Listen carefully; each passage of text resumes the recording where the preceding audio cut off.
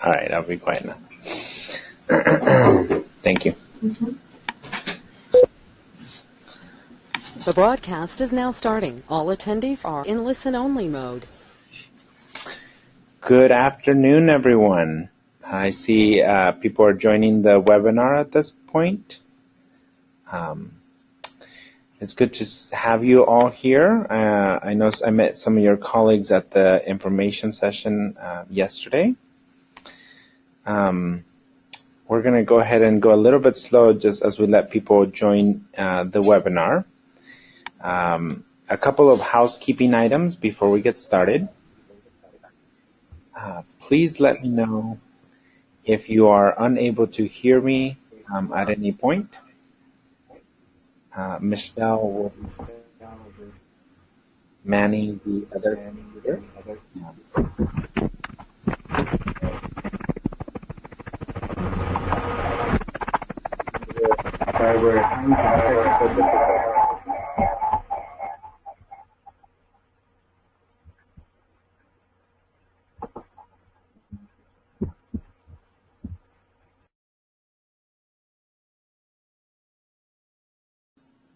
Okay, I think we are, we're going to get started.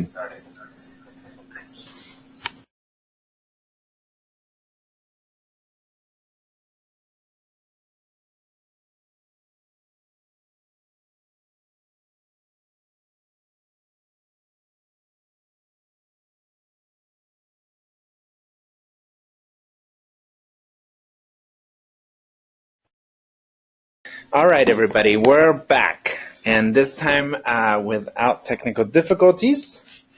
I apologize for that confusion and delay. Let's get started. The webinar, your microphones are on mute, but again, Michelle will be answering questions as we go. Please feel free to ask questions. We will have designated times where we can stop to review questions. A recording of this presentation will be made available within a couple of days on our website. Michelle emailed you a handout. That handout contains all the information that we're going to go over with you today. And all that information is also available on our website. Before we get started, just to introduce ourselves, my name is Kelvin Alfaro, Program Officer for the Fresno Regional Foundation. And with me, I have Michelle Murphy, a Foundation Support Specialist, and our Senior Program Officer, Sandra Flores, will not be joining us in this conference call. A little bit about the Foundation. Many of you know us, but for those of you that don't, we are the community foundation focusing on the 6-county region shown on your screen. We've been around since 1966, and our footprint does cover the 6 counties. Since our launch of our competitive grant-making program in 2008, we've seen some considerable growth in the community. Last year, we funded $1.7 million in community projects. And in those focus areas for grant-making include arts and culture, youth, college readiness, access, and attendance, which this webinar is about.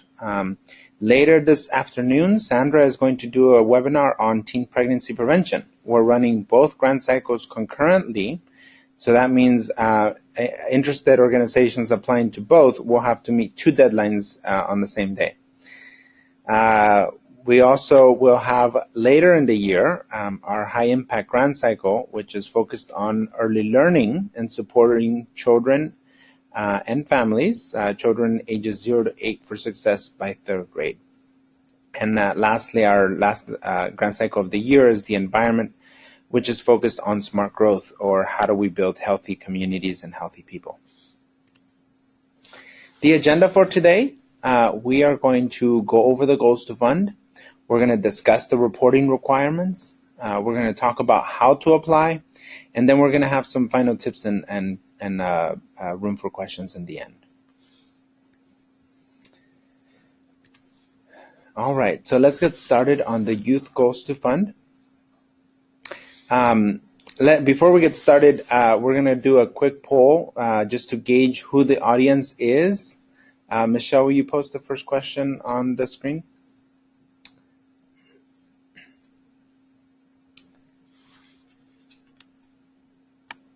And let's see, I believe everybody's responded at this point. Let's go ahead and close it. So will this be the first time your organization is applying to the Fresno Regional Foundation? We've got 10%, it's a yes the first time you're applying, and many of you are returning applicants. Welcome back. Next poll. The question is, does your organization serve urban, rural, or both? And it looks like everybody is rural or both. We've got 83%. Okay, we're closing it. Great. Given the priority of this Youth Goals to Fund, it makes sense that many of you would be serving rural communities. Let's do the last poll, Michelle.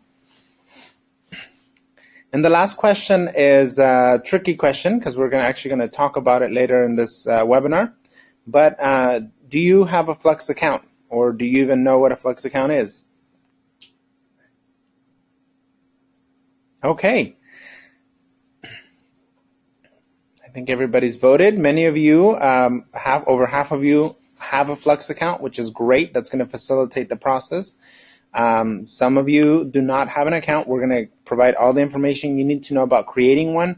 And for those of you that don't know what Flex is, we're going to cover what that is later in the year and in the webinar.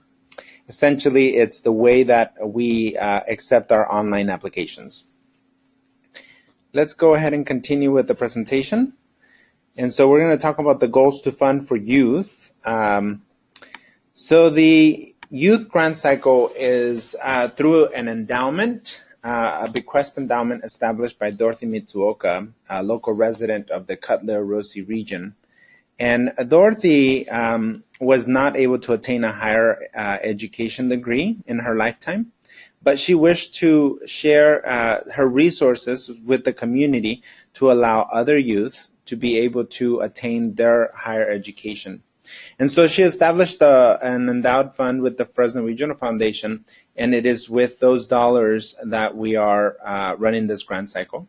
So the two goals for the grant cycle, and actually the eligibility criteria, your proposals must meet one of these, is that we are looking to fund programs that support college-bound youth, middle age or older, and we define this at 7th grade through high school and beyond, and their parents for college readiness, access, and attendance.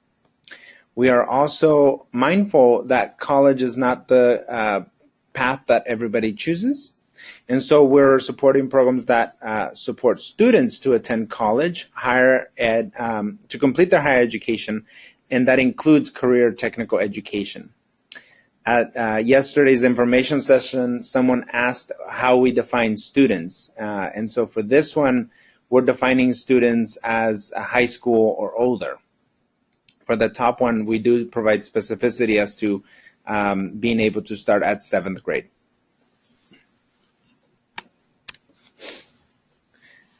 So there's $110,000 available, and the grant ranges between $5,000 and $25,000. It is important that you request an amount in between this range, because if you request more than 25, the committee might not review your proposal. So let's stay within the range. These are one-year grants. And again, because of the restriction of the donor, these grants are for organizations that provide services in Dinuba, Orange, Cove, Reedley, and the Cutler-Orosi region. So that means that an organization from Tulare can apply, but they have to provide the services in this region. We're going to go into the youth selection criteria, and before we do that, we actually had a video to show you, but because it always is a challenge to show you videos on a webinar, we've posted this video on our website, and you can watch it at your leisure. In summary, this video essentially talks about the collective impact framework. The Fresno Regional Foundation values collaboration between organizations and agencies for greater results. We know that one organization cannot do it alone, and so the collective impact framework really talks about how organizations can come together and collaborate. And collaborate is really deeper than just having an MOU in place, but it's about sharing data with each other, communicating with each other, and building upon each other's work. And so the selection criteria for the youth grant cycle incorporates elements of the collective impact framework. One example of collective impact may be that let's say your program focuses on children, on students at the 7th grade level and 8th grade level, middle school. So the question that the committee might have around collective impact would be, so what happens to your work when those students go to high school? Is there a program or organization that can continue to build upon the work that you've accomplished? And so, that is part of the collective impact movement, that one organization hands off the baton to another to continue to build on the work that they're doing, and they do that through communication, data sharing, etc. And so the link to the website, to the video is available on your screen, and Michelle is going to make it available on the Youth Goals to Fund page on our homepage, webpage. So there are about 9 selection criteria, and the selection criteria are essentially how we rate your proposals, how we score your proposals. So first off is meeting one of the goals to fund, one of the eligibility criteria. Once you do that, we look for these elements that I'm going to cover in a second in your proposal, and questions the committee, that's how they evaluate them. So the first one is programs that increase educational opportunities for youth and parents in rural and unincorporated communities. Number 2, having evidence-informed approaches or promising practice that increase college readiness, access, and attendance. Ultimately, what we're saying here is, does your intervention lead to the goal of helping students reach college, attend college, and complete college? The next one is tied closely to that, but it's data supporting the program impact. So are you able to do what you say you can do?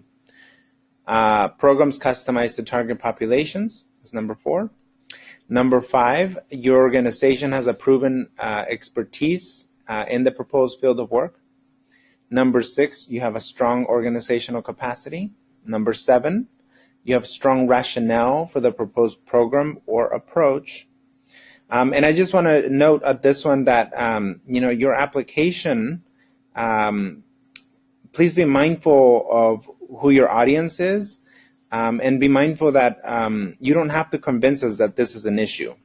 And so, when I say the rationale for the proposed program or approach, that's important to incorporate it, but you don't necessarily have, we want to know that you have expert knowledge and understanding of the issue, not that you have to convince us that this is an issue.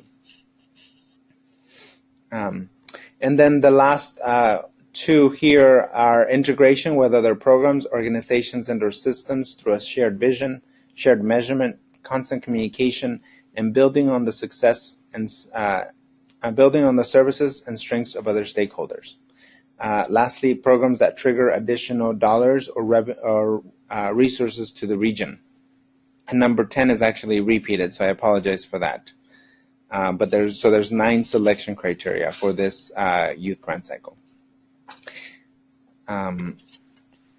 We are going to go over the timeline now, and the audio is breaking up. This is Sherry.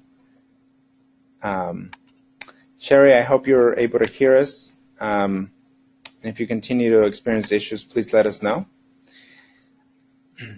The dates for the applicants, these are the dates that you need to be mindful of. Your OR card will be due in June 5th at 5 p.m. and your application will be due June 19th at 5 p.m. We'll go over what those steps mean in a little bit. All applicants will be notified of the status after the board meeting on August 11th. So after August 11th, I will be communicating with each applicant about the status of their proposal. If you are funded, and if you're not, you're still welcome to attend our grants reception. That will be hosted on August 26th, and additional information will come in a couple of weeks. The reports, if you are funded, you will have a report due August 31st by 5 p.m. All right, at this time, is there any questions that we want to address? All right, there's no questions. So what are the requirements to applying to the foundation? These are broad requirements that the foundation sets in place. The eligibility criteria are for the priority, and that's what we just covered.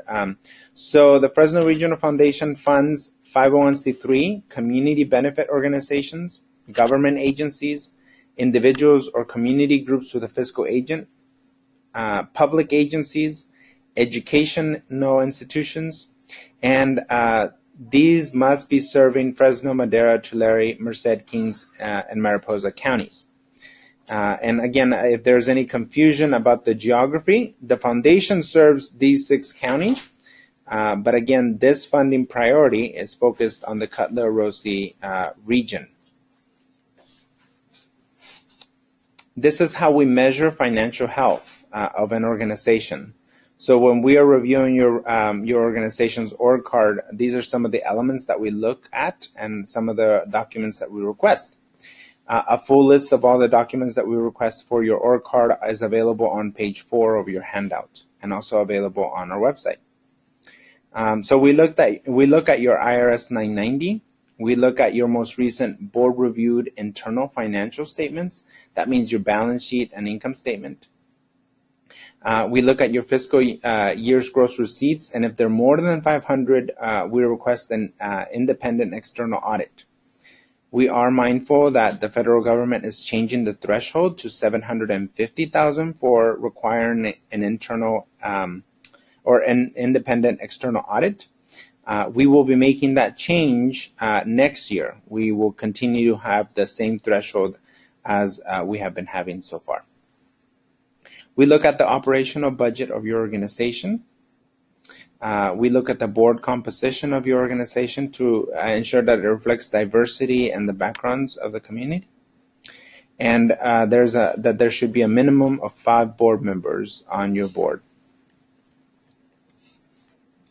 These are the restrictions. This is what we will not consider grants for the following: previously incurred expenses, fundraising by one agency on behalf of another, endowments, institutions that limit their services to persons of a single religious sect or denomination, or grants to individuals.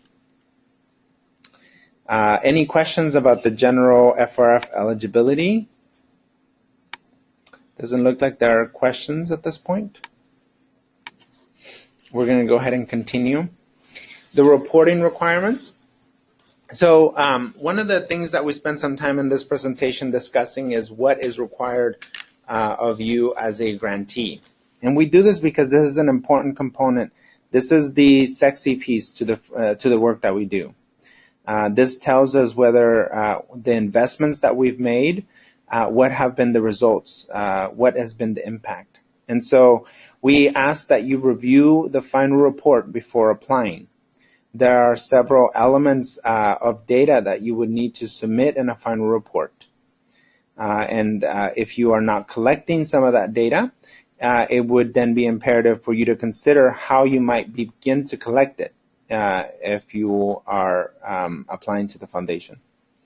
Organizations should be prepared to comply with all reporting requirements by the end of the grant period, and failure to do so may preclude you from receiving additional funding in the future. If you look at the final report, which will show you where you can find it in a second, you'll see that you ask for you to share information about who was served, including ethnicity, gender, age breakdowns.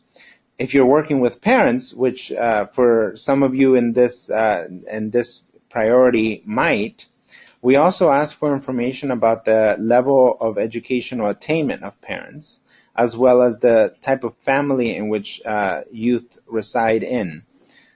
This information has been helpful for us in gaining a deeper understanding of our communities and the needs of our communities. In addition, if you are funded, we ask that you remain in contact throughout the grant-making period, for you to share copies of electronic press releases or media contacts that result from the grant. We also welcome photos, newsletters, mailing lists, and other information. We want to share with you the success throughout the grant. And so while we do have a 6-month site visit and a final report meeting, we'd like to be able to provide support and, again, sharing the successes throughout the grant period. We use this information that you share with us, including the information in your final report, to highlight your work to the community, to donors, and to other funders. On your screens is actually some data that we have pulled up to be able to show you a little bit of what we do with some of this data. And so on your screen right now, what you're seeing is 2 colored bar graphs. One is a golden and one is an orange. The orange one represents the ethnic breakdown of the San Joaquin Valley, and the golden brownish color represents the national breakdown of ethnic groups. As you can see, there's some variances in the ethnic makeup of the San Joaquin Valley and this national makeup. What you see on your next screen is actually data from our applicant pool, from our funded pool, and from those that are receiving services through the grants that we have funded over the last 8 years. So the lime color represents the pool of applicants. So any organization that has applied provides us a breakdown of their board and staff ethnic breakdown.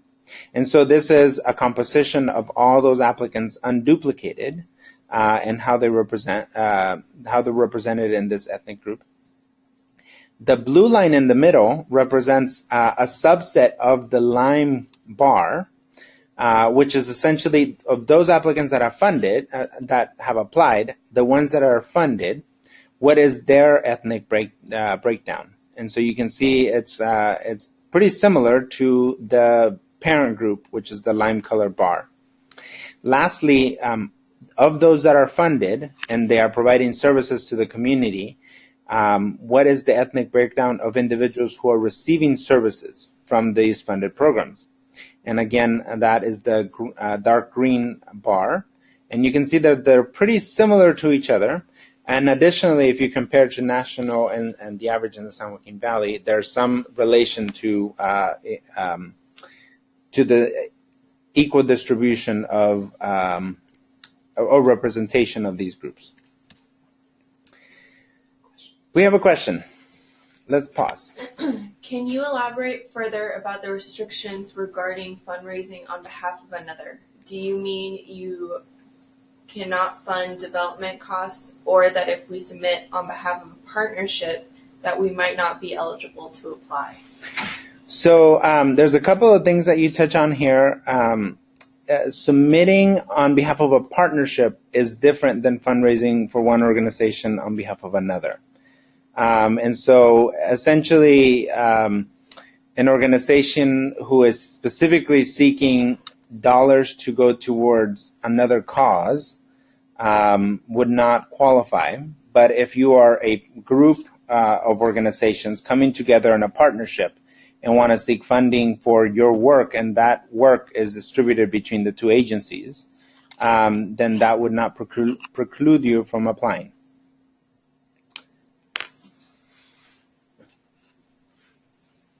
Okay, any other questions? All right, we're going to go ahead and continue. Did that answer your question completely? Please type in your answer and let Michelle know. We can come back and revisit that if that wasn't fully clear.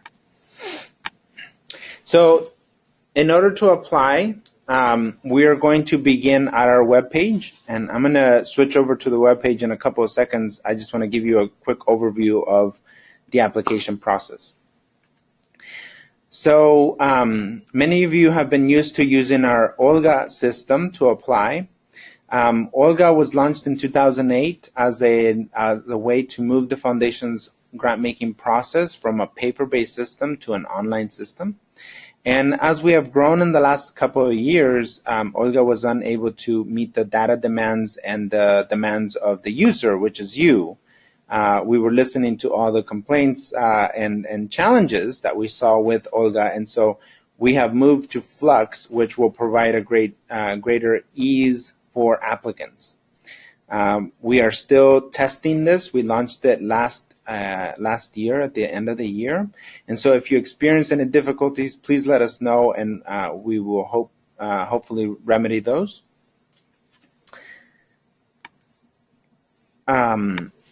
So the 3 steps that you're going to take in order to apply are you're going to create an account in Flux. So everybody who is applying to the foundation must do this going forward, because we did not migrate your username and passwords from the old system. We'll show you what that looks like in a second. The next step that everyone will do is update your org card. So the org card is the due diligence that the foundation does on applicants. This is where we get a chance to get to know your organization. We review your documents, your organizational documents. We review your board and ethnic breakdowns, and we really get to know your organization. Once that is completed, we will begin the application process. And so remember, the application will be due 2 weeks after the org card. So the first step will be to register. And so I'm going to go to our Fresno Regional Foundation homepage.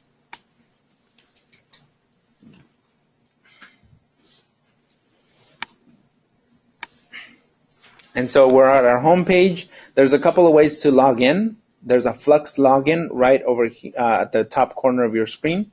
If you click on grant making, you will also see that there's a Flux account login here, as well as a notification saying that we're no longer using Olga. So I'm going to go ahead and click on Flux account login. That's going to take us to the login portal. And there's 3 things I want to cover with you here. Actually 4. The direct URL is frf.flux.io, in case anybody just wants to come here directly. But on this page, 3 things I want you to know is 1, new organizations will request an account here. So we'll click on the request button. This is the quick registration form, and we ask you to provide 3 pieces of information: the name of your organization, the primary contact for the request. Essentially, this is who will be the primary receiver of information between the foundation and your organization. This is important because if we ever try to communicate with you about your needed elements of your org card or your request, this is our first go-to person. And then lastly, the piece of information we ask is about your CEO. It would be helpful if you completed the entire form, but those are the 3 pieces of information that we request. And the reason it's helpful is because this information gets fed into other forms in Flux. Let's see, I came back out. All right. The other thing I want you to know is that if you ever lose your password or forget it, you can reset it here by clicking on Reset Password, and you will enter your email that you used to sign up for a Flux account, and you'll get a new password in your inbox.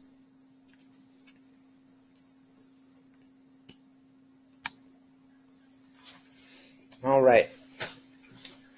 Now we're going to go ahead and log in. So once you have a username and password, we can go ahead and log in. And I'm going to use our test account so that you can see what it looks like on your end.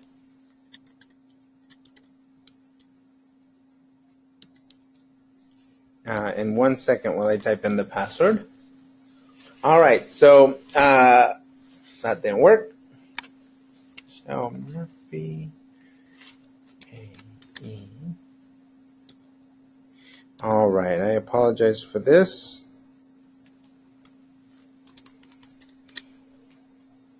Perfect. All right, so we're in. Once you log in, you'll see two main items. One is the navigation sidebar.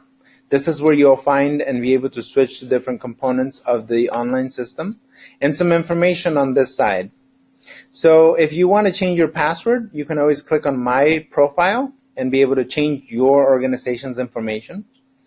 To begin the second step of the application process, which again, the 3 steps are register for an account, update your org card, and complete your request. The second step would be found here under My Organization.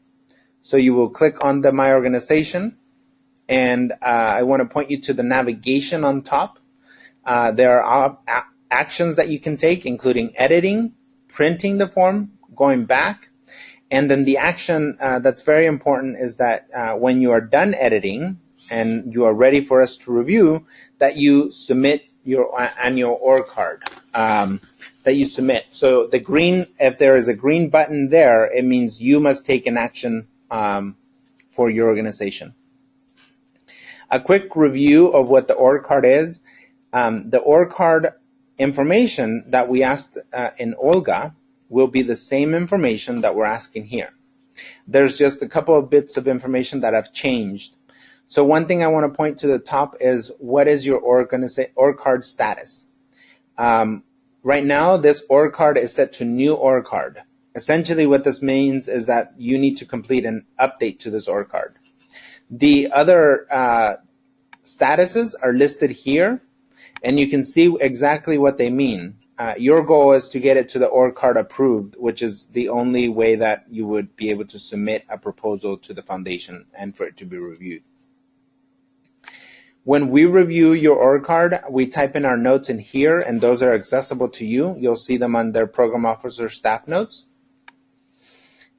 We ask for basic information, contact information about your organization, when you were founded, what work you're doing, what demographics you're serving. If you have a fiscal agent, we ask you to provide us that information. We ask for your board and staff demographics. And we have a couple of financial questions where we ask you to pull some very specific line items from your 990, whichever 990 that may be. And we tell you exactly what line items we're looking for, and you would enter them here. Lastly, we have a table of attachments. This is important. This is the same table that is found on your handout. Essentially, if you are a community benefit organization, if you're a school, college, university, community group, government agency, etc., there is a list of the documents that we require for your organization. So these documents must be attached. We also provide examples of what those documents are and what they look like. To attach a document, you're going to go to the bottom and you're going to click on the plus sign here. You're going to click on Add Files. You're going to navigate to wherever you keep your files, and you're going to click the document you want. As you can see here, it's telling me it's going to upload the 1098 document. There's a file picker for you to categorize what this document is. So while this isn't mandatory, it is helpful in our review so that we know specifically which documents you have submitted. So if this is a 1090 or a Form 99, if this is your 990 form, then you would select 990 for it. If this is your fiscal agent's 990, then you would select the fiscal agent 990 option. And then you click Start Upload, and the files will be attached. So again, once you're done editing, you will submit to the foundation. And the next step is going to be submitting your request. And so the new request button is found here at the bottom. We'll click on Begin a New Request. A couple of things to note again. One, a link to the final report is available at the very top of this application. You can download the final report, review the information you would be asked if you are funded, and again, consider how your organization might collect that information if you are not doing so already. We have a template that we require as an attachment for the grant request, and this is the only attachment that we ask for. If you attach anything else to the grant request, it will not be reviewed. And so the budget template essentially is how you plan to spend the money that you're requesting. Again, we have another status update to review here. It's essentially pulling the status of your org card. And so the statuses are listed here. We keep this at the forefront of you because we want you to remember that the org card needs to be approved before your application will be reviewed by the foundation. And so we have a small firewall here that asks you what is your status and if it is approved or not. And if you click no, it's going to tell you what you need to do in order to get it approved. If you click yes, then you actually get to see the rest of the application. And so a quick tip for those of you that want to get started on your application before your org card is approved or do it concurrently, you can click on yes and it will allow you to see the full application. This next status update is on the proposal itself. So if we have, once you submit your proposal request, we'll review it quickly and give you just things that may be missing. So sometimes your wording may be cut off, or you didn't attach your budget as we needed you to attach it. And so we'll note it in there in this box, and you'll see it available in your email as well. Once they get reviewed by the committee and there's feedback available, we will make that feedback available to you as well.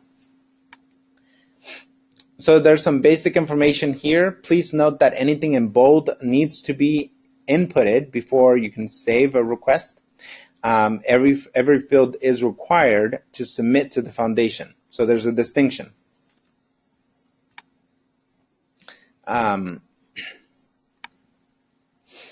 Also, a quick reminder, the amount requested is important. Once you enter the amount that you're requesting, there's a note here that you should save your request.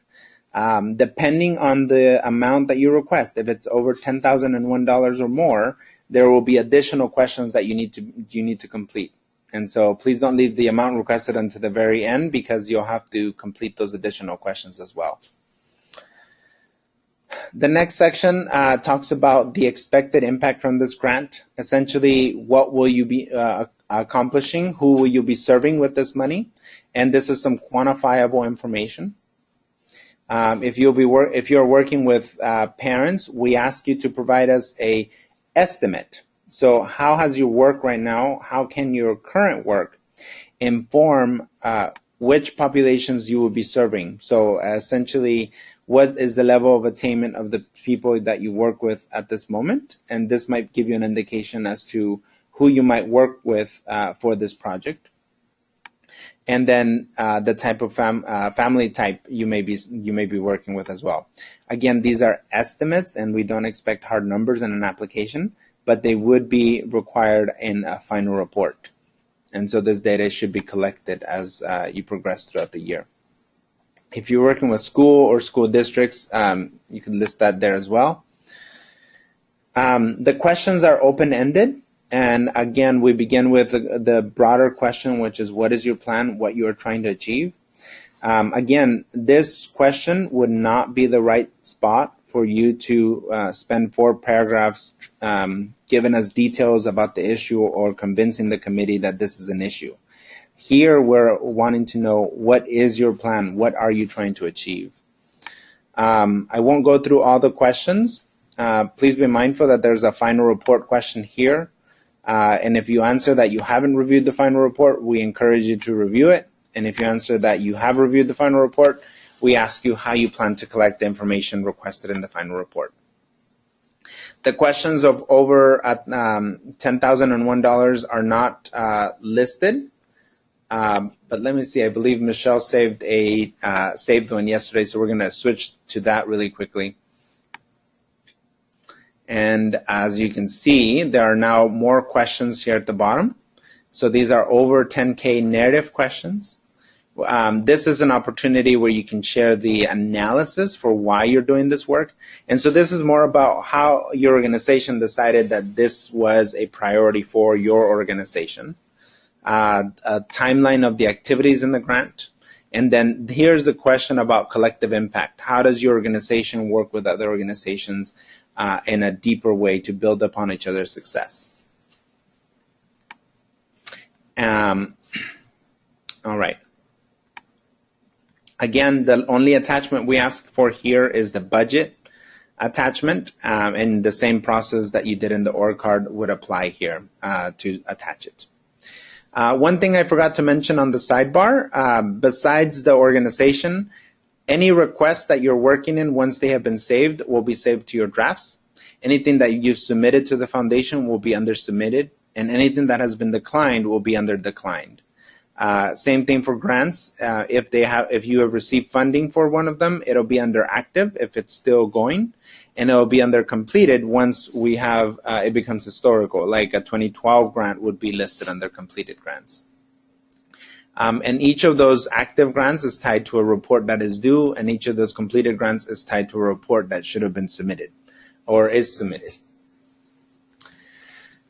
Okay, at this point, I want to pause to see if there's any questions about either Flux or the youth goals to fund or anything else here. There doesn't seem to be very many questions. And so let's look at the budget template. That's always something that comes up as a question. So we're going to pull up a template that we have pre-opened. Give me 1 second. And let's see. This may be a little bit difficult to see given the screen size. So this is an Excel attachment, and there's several spreadsheets here. One, please remember to change the name of the organization to your organization. The first column we ask for is the category of expense. So this is for incentives, staff time, whatever you want to call it. The description of what that may be, so provide us a little bit more details. The amount that you're allocating for that. And then if there are any other funding sources, we ask you to provide information here and the other funding source name. We ask this because sometimes we know that the amounts that the foundation is able to provide is not the true cost of the work that is being done by organizations like yourselves. And so we want to be mindful to put the true price tag of this work in front of our committee and our board. And additionally, this is a selection criteria. And so if we see that projects are triggering additional dollars or resources to the region, then that's something that would be beneficial to your proposal. All right. If you are asking for $10,001 or more, we do ask you to complete this financial history data. And so a couple of things I want to touch base on here. We're asking for historical information from your 990, whichever 990 that may be, about your program expenses, your management expenses, and fundraising expenses. So this spreadsheet goes from 2012 all the way to 2016. And depending on what your last year may be, you may only have 3 years worth of financial data from the 990s. And so for 2015, we ask you to just project out what you might expect to see as the expenses in those 3 categories. Again, we are mindful that this information is duplicate, as we've asked you some of this information in your org card. But it's part of our process that the foundation staff complete all of the due diligence in a very thorough manner, and the committee reviews the application. And so it is always helpful for them to see when they're allocating large amounts of money to see the financial stability of the organization, and this information helps us generate a one-page snapshot of your financial history. One thing to note is that if you have variances in your financial information from year to year of 30% or more, we ask you to provide some information describing what caused that variance, and that information goes in here. And just so you know, the third spreadsheet is the financial history report. This is a document that gets generated with the data that you submit in the financial history data form. And this is not a document that you need to edit, but it is auto-generated. And so you can see, we can quickly see the variances of over 30%. Here we have some 25% and some 20%. And so no description is required because it doesn't meet the threshold of 30%, but if there was a description, it would populate here. So we're going to go ahead and close that out. And we're going to return to our PowerPoint. So the last things I want to share are just some quick tips on using Flux. Remember that the orange, anything color in orange boxes provide instructions and information.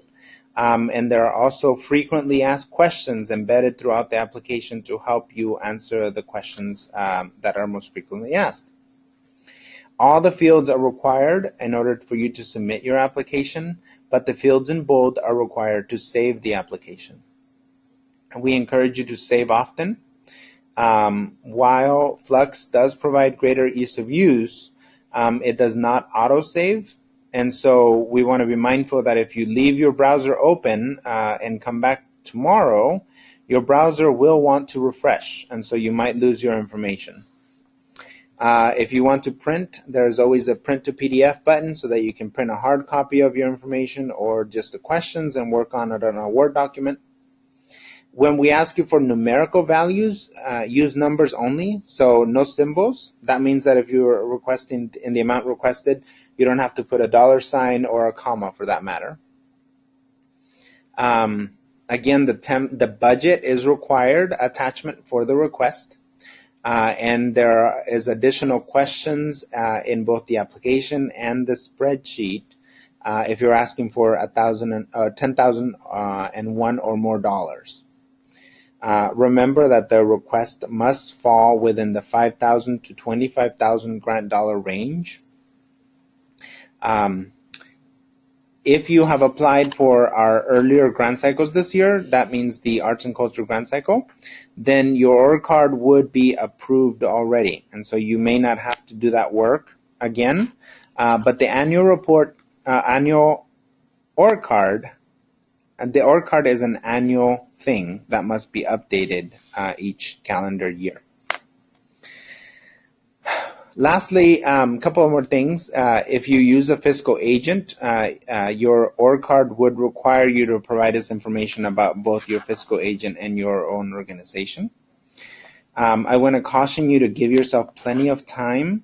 Much of the information asked in the org card is pretty straightforward. But if you don't have all your ducks in a row with having the financial information and all the documents that we request, it might take you some time to gather them. And so getting started at the last day may not be the most helpful to you or to your organization. Lastly, for the best experience, we recommend that you use the Google Chrome browser. There are other browsers that you can use, but Google Chrome uses the latest technology, which our Flux platform is built upon, and the other browsers do not handle those new technologies as well as of yet. Okay, we are coming to an end of our presentation. We've gone over the goals to fund, the reporting requirements, how to apply, and we've covered the tips. If there are any questions that we could answer at this time, either clarifying the goals to fund, if there's a program that you'd like to consider, please let us know. Doesn't seem like many questions are coming in, and so the last thing I just want to share before we sign off is that I will be available to review your proposals before the deadline. This is a service that I'm offering to all of the applicants and all of the grant cycles. What this means, though, is that if you wanted to have me review your proposal before it is due, that you should submit an email to me with a draft proposal before June 5th. That is 2 weeks before the actual deadline.